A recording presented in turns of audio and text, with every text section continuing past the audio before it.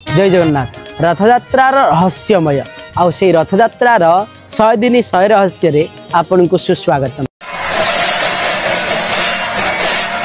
महाप्रभुंकर रथयात्रा आपणकर नाम गोटे ना नुह ना विभिन्न प्रकार ना आपन को बापा अन्य नार डाकी थाए, माँ अन्य नार डाकी थाए, भौणी अन्य नार डाकी थाए, ना भिन्न भिन्न आपणकर ना निश्चित भाव रे थिबा आज्ञा से बोली भाव रे रथयात्रार मध्य अनेक शास्त्रीय मत अनुसार नाम रहिछि ताको जानिछन।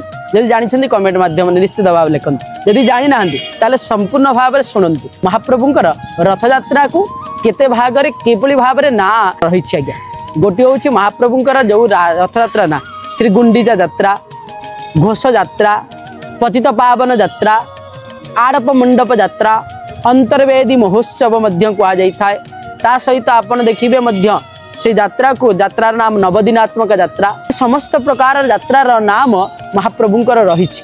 आउ ये यात्रा रे कौन कौन विशेष भाव रे रहिछि, घोष यात्रा कौन पाए हैला, पतित पावन यात्रा कौन पाए हैला, आड़प मंडप यात्रा काहे के हिछि, ये समस्त प्रकार यात्रार कौन पाए हेछि, कौन पाए ना कर कौन रहिछि आगु को मध्य निश्चित भाव रे वीडियो माध्यम रे जानिबे। आउ जदि आपण माने किछि जानिले निश्चित भाव रे शेयर करंतु। जय जगन्नाथ। निश्चित भाव लिखंतु जय जगन्नाथ।